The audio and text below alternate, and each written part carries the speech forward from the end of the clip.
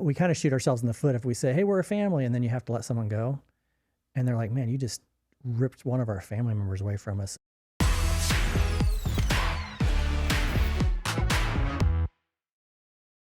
Welcome to episode 4 of the LeadingSmart Podcast, season 2, where we're talking all about 40 lessons in 40 years. And in this episode, we are talking about the single greatest task, or maybe responsibility would be a better word too. But either way, task and responsibility for you as a leader. You're changing the title. I know. Tim's like, Holly, we have a plan. We're sticking to it. But Tim, you have, you've built lots of teams. You have probably built dozens of teams, but consulted on literally thousands of teams in your work through Vanderbilt and LeadingSmart. You've hired and fired hundreds of staff. I don't know if you fired hundreds of staff, but anyway, you've done this a lot. So we try not to talk about that part of it. I also remember you saying that when we were planning for this season, this is one of the episodes you were looking forward to the most. So why is that? Why are you so passionate about hiring and team building? Yeah, and the reason why I think it's like the most important task or responsibility of a leader, and that being like in the rawest sense of the term, is like spotting talent. Mm-hmm. Like whether we're talking about in a super small church, just finding the high capacity volunteers that are going to help you carry the load, or as the church gets to be medium sized or larger and you're hiring staff, being able to find, you can spend so much time. I remember back at Vanderbilt when we had the cost calculator of hiring the wrong person. Oh yeah. Something like that. You can spend so much time, sideways energy and money on having the wrong person on your team. I shouldn't say bad, but the wrong person on your team or in the wrong seat. Versus like, man, if we'd have just either spent a little bit more time or been a little bit more skillful or mindful when we brought them on, we could have saved ourselves so much time and effort. And like as a leader, I was talking to an executive pastor recently. He's got probably a couple hundred people on his staff. And we were just talking about like the amount of sideways energy he spends on a very small percentage of staff. Yeah. Just, one or two at a time. And versus, man, if you can just get that dialed in and you're spending all your time just like empowering, resourcing, opening doors, just helping to make the team like soar at a really high level, versus like we're just, we're hitting our heads against the wall because we have this performance issue or this behavior issue with one or two staff people. Well, that's the heartbreaking part about it, is because when we are spending time on the wrong people on the team, then the right people, the highest capacity people, don't get our time and attention.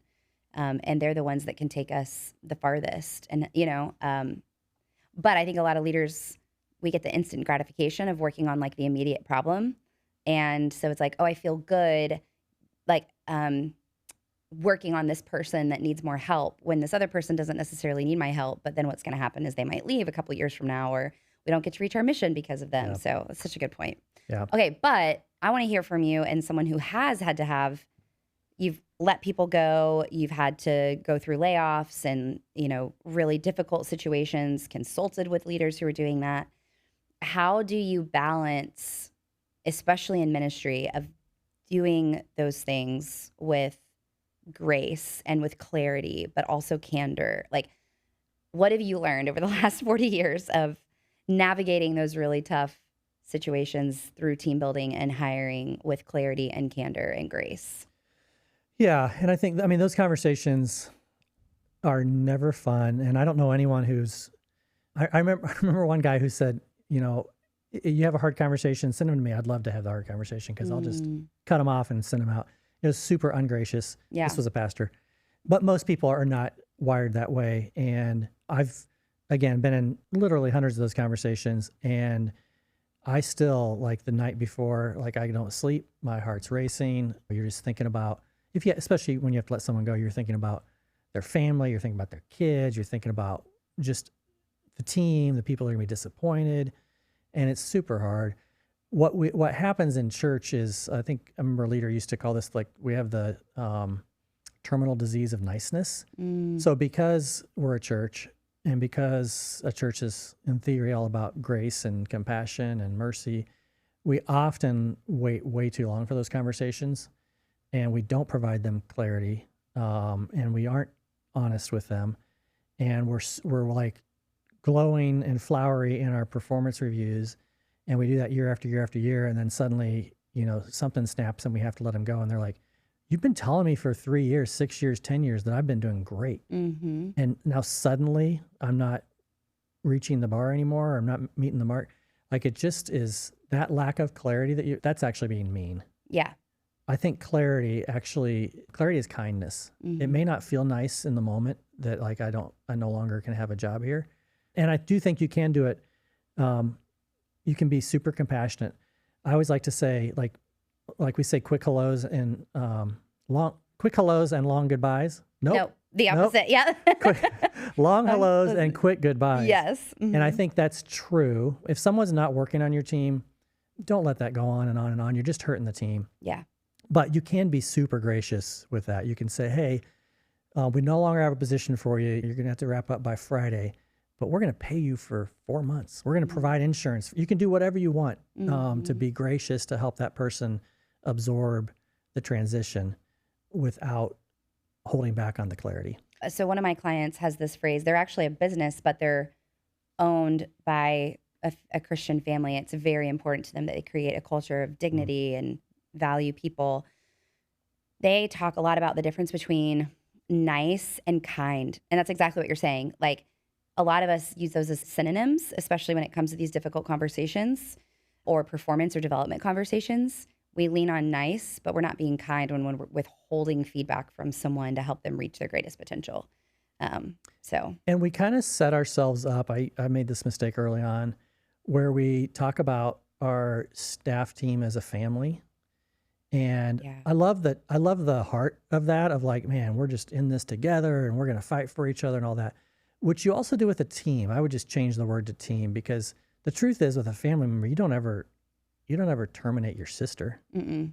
And sometimes you have to, because the mission or the cause should be slightly outweighing the community that you're experiencing along the way. You shouldn't be more about the community I think in the context of the church than you are about the cause, the thing you're trying to accomplish. And so we kind of shoot ourselves in the foot if we say, hey, we're a family, and then you have to let someone go. And they're like, man, you just ripped one of our family members away from us. It's a nuanced term, because team can mean a lot of the same things. But with a team, I watch college football a lot. You're constantly trying to figure out who are the best 12 players to put on the field. Yeah. With a family, you're born or adopted into it. You don't choose it. Whereas with a team, you're selected and then you're opting in to play a specific role. That's right. In that team or organization. And that's the difference. Yeah. And that's why we have things like accountability. It's good. One of the things that I've learned the most from you over the past decade that I've known you is your ability to use celebration as a leadership tool. So I have a distinct memory of when we were at Vanderbilt, and I don't know, maybe you'd been there. We were still in like the old office. So you'd probably only been there a few months at this time. And we were having one of our staff like retreats. We would do them on site, but everybody kind of taking a day to work on the business rather than in the business. And you called it, I think it was like standing ovation was what you called it or something. Anyway, so we had everybody's name in a hat, and you would take somebody's name out, and then we would just kind of do popcorn around of like saying something affirming about that team member. And then we would all give the person a standing ovation at the end. Yeah. And it was so fun. And I remember when you pitched it to us as a leadership team, we were like, whatever, Tim. It was like fluffy, lovey-dovey, but you could feel it in the room, like everyone's demeanor changed, and watching that person's confidence. And of course, some people were uncomfortable, but through the end of it, their confidence level increasing. So that's just one distinct memory I have of like watching you live out this leadership principle. Where did that come from? Or like what over the last 40 years, or I guess at that point, 30 years, had led you to really believe in celebration as a leadership tool? We started doing that early at Granger, so I don't really know. I've hardly ever had any like original ideas, so I'm sure I borrowed that from somewhere else. But of spending, we'd had a staff meeting every single week, and we would spend the first 10 minutes picking someone, not randomly, but they didn't know they were going to get picked, and just celebrating them. And because people want to be known and loved and appreciated and seen, and you can, especially in the context of a church when Sundays are so regular and you're just cramming for the next week, you can really lose sight of that if you're not intentional. It's the things like we would like just create intentional space. So the things that you often, if you go to a funeral, memorial service for someone, everyone stands up and talks about how amazing this person was. Well, they're not there to hear it. I mean, depending on your theology, maybe they're listening, but they're not there to hear it. And so let's say those things ahead of time, like in an intentional way. And I think that produces longevity on the team. Yeah. I think people will stay longer. I think people will work harder. I think people will just sacrifice more because they feel seen and appreciated and loved, and those things matter. Yeah. You also talk in the ebook of the 40 lessons about how important it is to know who you are and aren't as a leader, which again, I feel like I'm going to say this several times over this season. It's like, sure, Tim, like great lesson and something you can say and, looking back over 40 years. So for those of us who aren't quite there yet, and that feels really hard to kind of dissect, like, who am I and who am I not? And being okay with making mistakes and moving forward. And what have you learned to get to that confidence level to say, this is who I am and this is who I am not as a leader? It just takes time. I think in the context of this, of like finding the right people and then resourcing them and empowering them and developing them to be leaders, I think you got to kind of know, it took me a while. I'm going to guess it took me at least 25, maybe 30 of those 40 years to figure out who I am. Like, here's who I'm not. I am not good at motivating an unmotivated person to be motivated. Like, I don't do well. Like, if there's a slacker on my team, I'm probably going to offer him to you, to someone else, versus, because they're probably not going to become a motivated person if they're already a slacker. It's like that galvanizing piece, right? Is that a frustration for you on The Working Genius? Galvanizing is, yeah. Yeah. And I don't know if it's galvanizing or if it's just a skill set that's missing, but for sure. But what I'm like really good at is taking someone who's good and motivated and helping make them great. Like just help them, like release them to be an amazing leader for the organization. And I can do that all day. And so sometimes the organization calls something different from you than not. And so an example I'll give would be, when I was at Willow, there were a handful of peers that really wanted me to be like, they would never use this language, but wanted me to be a compliance officer. Mainly like, your job is, we've established these rules. Your job is to get people to play by the rules and to do what we ask them to do. And I'm just not like wired that way. Like, I would much rather say to my team, hey, here's where we're going. Here's the end zone. How should we get there? Like, what can we do together? Like, let's figure this out together and find the creative thinking in the room, and then let's figure out how to get there. So it's just, but sometimes an organization does need, like, hey, just follow the rules, follow the playbook, or a certain position might need that. Yeah. Well, I'm probably not going to be the right person to lead that team if that's what the purpose of that team is. And so, but for everyone, it's going to be a little bit different on kind of how you're wired and how you lead people. Yeah, that's good.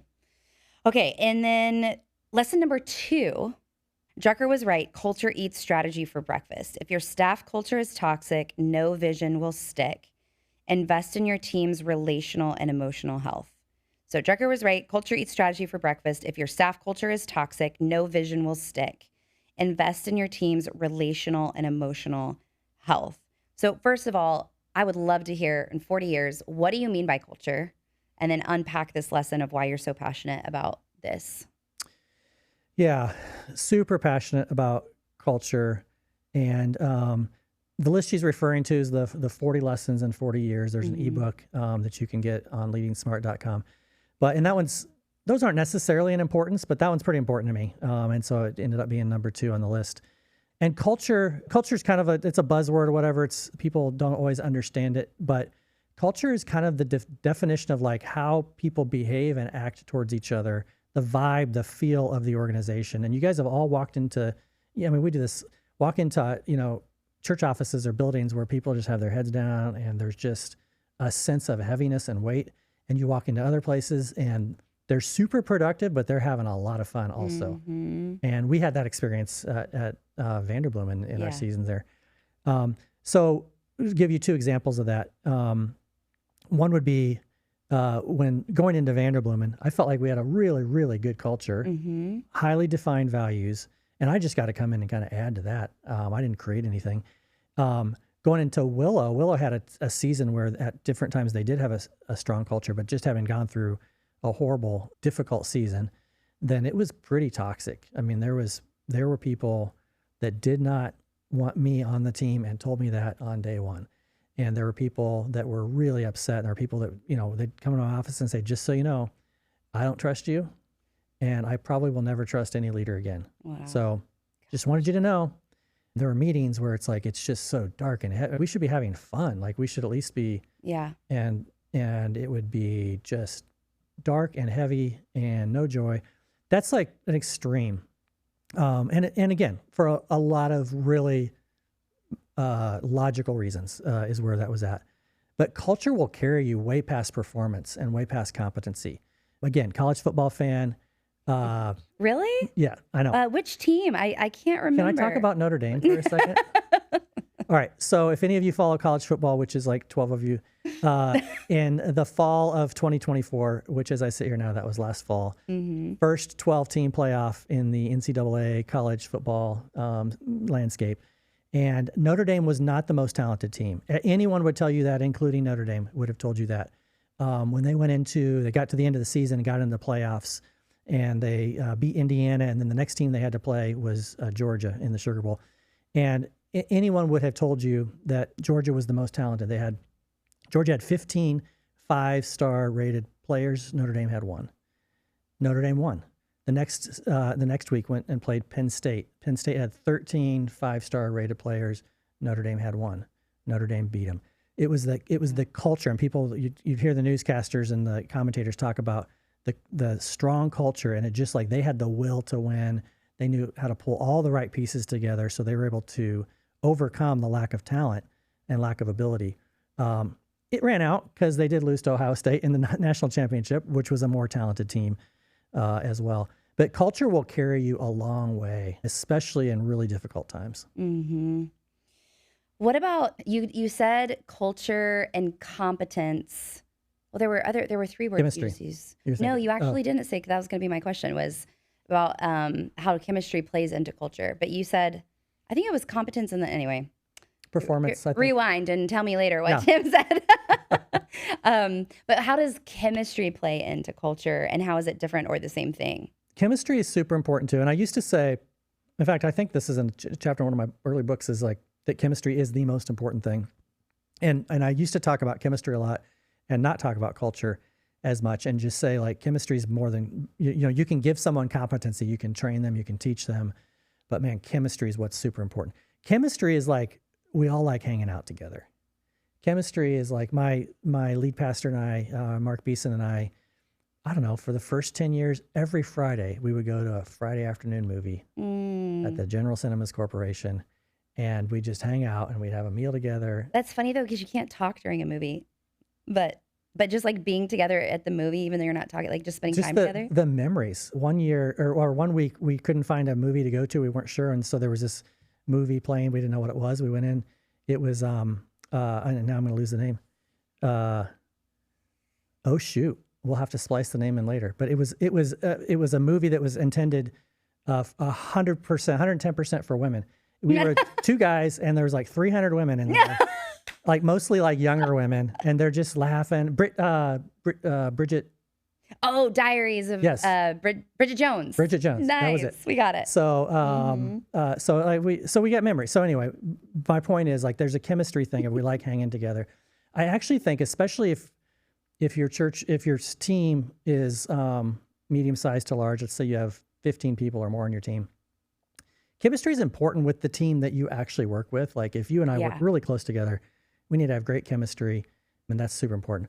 But like the overall organizational culture, we don't have to like hang out after work, and you can still have an amazing staff culture and team culture. I think chemistry is like an outcropping of a great culture, but they're not necessarily dependent on each other. Yeah. And I wonder if they do go hand in hand though, because I feel like, for example, I think about Vanderbilt. We were so adamant from the beginning. I mean, on our website, phone screens, it was so clear so early on what our culture expectations were. So if you weren't naturally wired that way, you weren't going to have good chemistry with the rest of the team, because we were attracting a certain mindset and values, personal value system that aligned with the organizational value system. which is that chemistry component is like, I get this person. Like we, even if you're different personality, like you and I have very different personalities, but I think we have great chemistry because we value similar things. We are, like you get the other person. Anyway, that's interesting. I'm like really thinking deeply about this. Yeah. And I think, I think we could probably both think of examples of people are on our team at Vanderbloemen who we were like lockstep on the culture. We didn't hang out with them at all after hours. Right. So like great chemistry in the work setting as a part of the culture, but that doesn't mean we're going to be best friends and hang out after. Yes, exactly. That's a great point.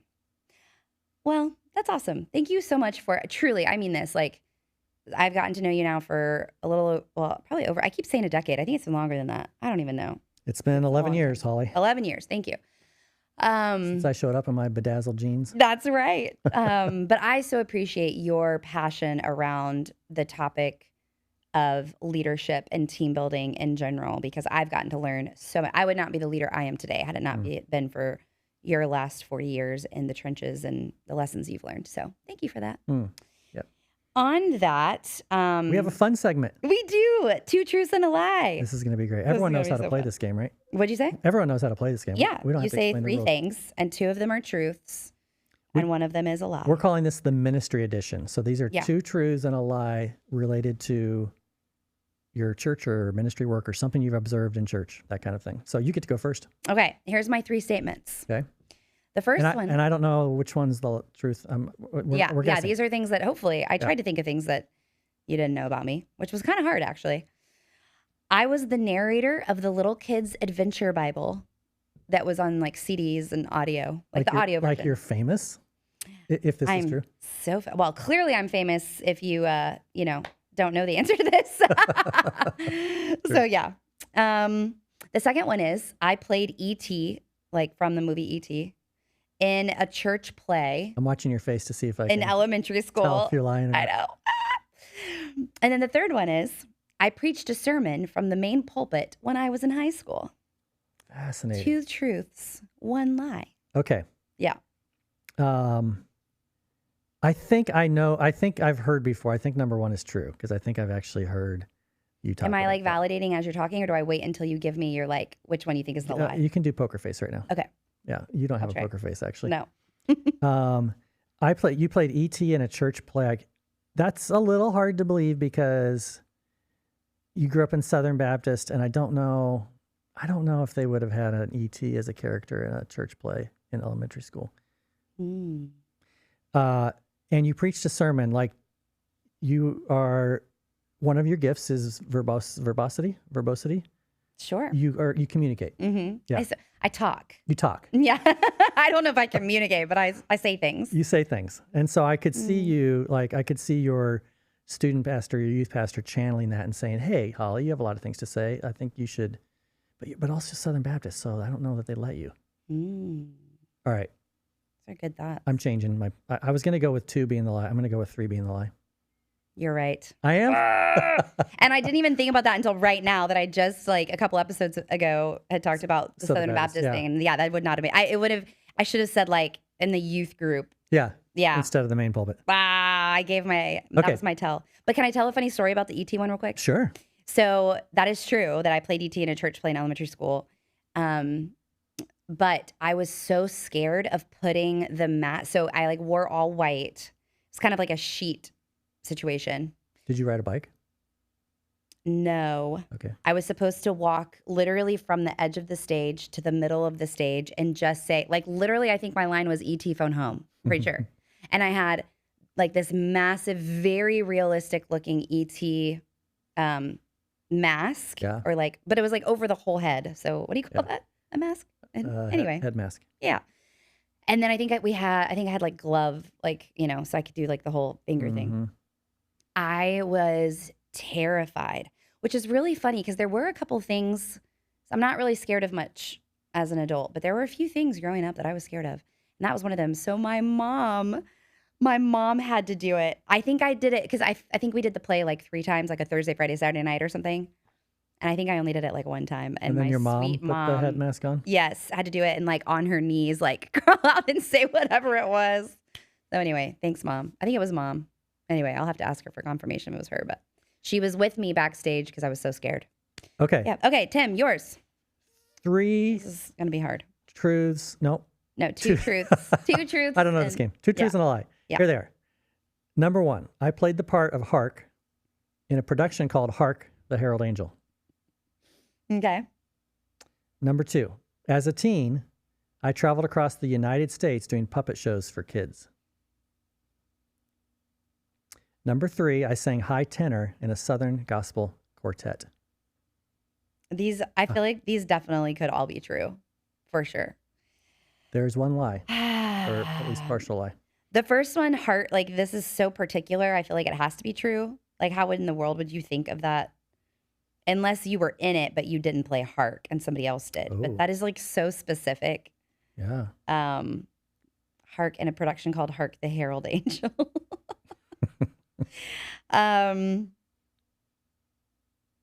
Totally believe the puppet shows. Although I feel like knowing how you were very sheltered, I would be surprised if your parents actually let you travel. I believe the puppet show part, but to travel across the U.S. when you were a kid, that would take a lot of trust in your chaperones. And then I do believe the high tenor in a Southern gospel quartet. So I think that one is true. So then I'm going to say, excuse me, the puppet show one is a lie. You know, you are really good. Did I get it right? Because I actually did travel with a puppet show, but not across the United States. Woo!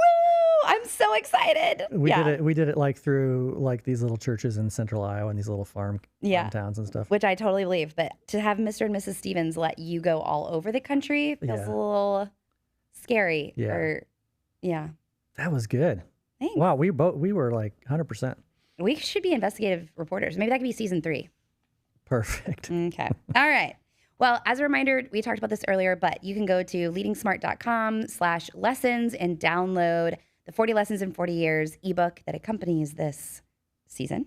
And then we want to highlight. That's the word I'm looking for. Yep.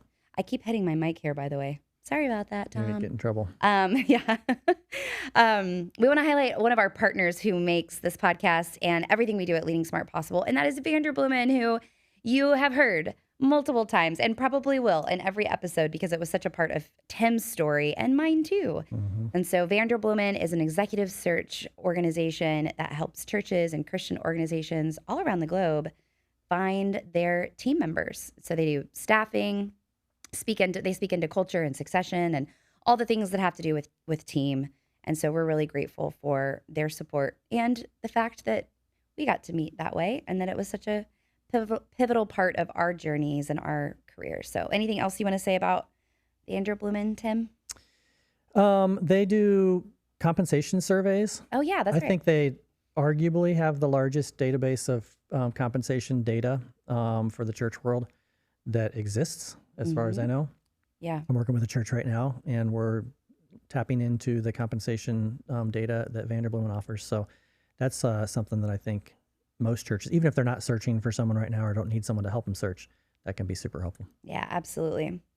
All right, next episode, we're going to be hearing from Tim about the hardest seasons of leadership in the last 40 years. So stay tuned for that, and we'll see you there.